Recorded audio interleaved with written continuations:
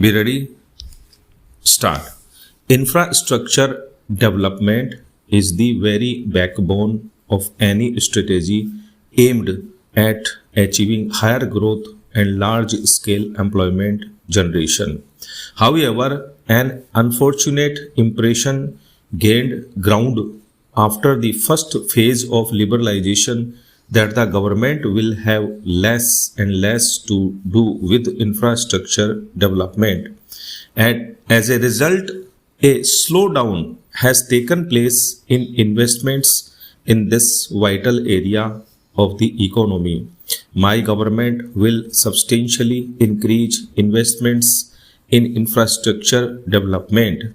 Simultaneously, private sector investments will receive far greater policy and implementation support. The Minister for Power has just recently announced wide-ranging initiatives on the power front. My government will take firm decisions and also support firm decisions of state governments to bring financial viability to the power sector. The state electricity boards are bankrupt and need restructuring. The drain on internally raised resources has to stop.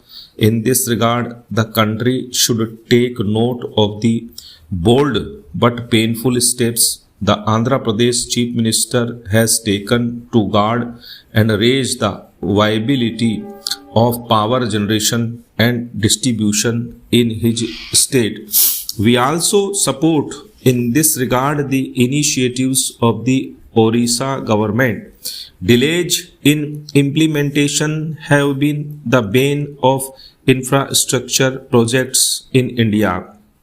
They have led to not only cost and time overruns but also loss of opportunities in downstream income and employment generation. This neglect and waste will be positively addressed. Towards this end, the Prime Minister's office will directly monitor all projects capitalized at more than rupees 100 crore each in the areas of power, roads, bridges and dams, irrigation, telecommunication, oil and energy, railways, ports and airports. My office will seek a monthly progress report on all such projects and ensure that they are completed and commissioned on due rates. Para. Agriculture is the very heart of our economy and culture. Farm production has to reach a growth rate of at least 5%, otherwise our goals of overall economic growth and employment generation, as also our promise to build a hunger-free India by the year 2010, will remain unfulfilled. Food security on a long-term basis is our urgent and immediate concern. Government plans to earmark substantial plan funds for public investment in agriculture, rural development, irrigation, horticulture, afforestation, wasteland development and related rural infrastructure.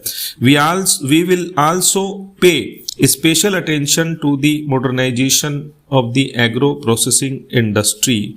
It has immense potential for employment generation in the country now. Para. Agro-processing industry provides a critical link between the agriculturist and the urban consumer. We will strengthen this link among other things by encouraging collaboration between the cooperative agriculture sector and the corporate sector. Opportunities in exports and food products will be vigorously pursued. We intended to give vastly higher policy attention to the small scale industry and Bhagidari sector, as these are important sources of self-employment. This sector makes the highest contribution to the country's GDP. My government will welcome suggestions from the CII and other industry organizations as how to provide to this sector critical developmental inputs such as easy, adequate and timely credit, marketing infrastructure and appropriate technology. Housing and construction are the greater generators of productive employment, next only to agriculture and services. The national agenda for governance has placed to facilitate construction of 2 million new housing units each year with priority for low and middle income family needs. Within the next 60 days, my government will unveil a national housing policy. All impediments in the realization of our stated goals in the policy will be removed forthwith. The Urban Land Ceiling Act will be suitably amended to facilitate realization of housing goals and to boost construction. Information technology is an area of special importance. It has already revolutionized the world. No country can hope to develop global competitiveness if it ignores information technology. This is one area where India can quickly establish global dominance. India can be fully competitive in this area with tremendous payoffs in terms of income generation and creation of high quality jobs. This area also provides an alternative and attainable opportunity to Indian business and industry to become software czars. Just 3 Indian companies, not exactly household names, have today a market capitalization of rupees 13,000 crores and all are also aggressively exporting.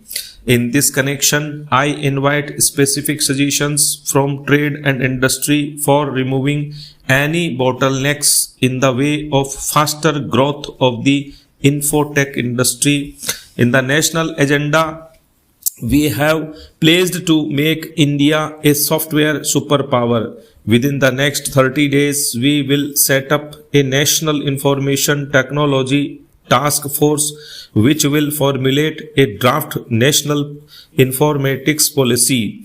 The government will initiate immediate steps to effect reforms in the public sector. These will embrace the whole gamut of imaginative restructuring, including transparent disinvestment and reducing PSU losses. Indian industry must improve its global competitiveness and strengthen its export muscle.